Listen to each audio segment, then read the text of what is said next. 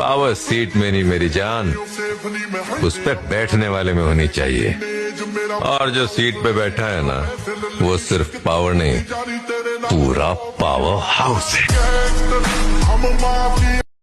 ऐकलत ना, power seat मध्ये नसते, ती बसणाऱ्याच्या काळजात असावी लागते।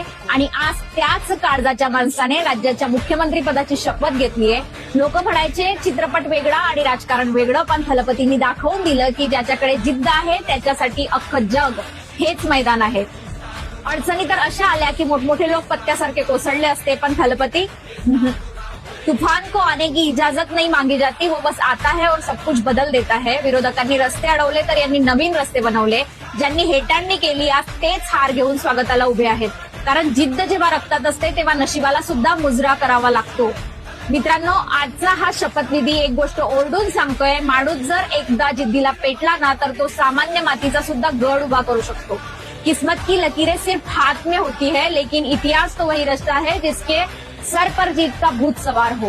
विजय थलपती हे नाव आता फक्त नाव नाही राहिलं, तो एक ब्रँड बनलाय, एक आशा बनलाय। मुख्यमंत्री पदाच्या या नव्या प्रवासासाठी वाघाच्या काळजाच्या माणसाला खूप खूप शुभेच्छा।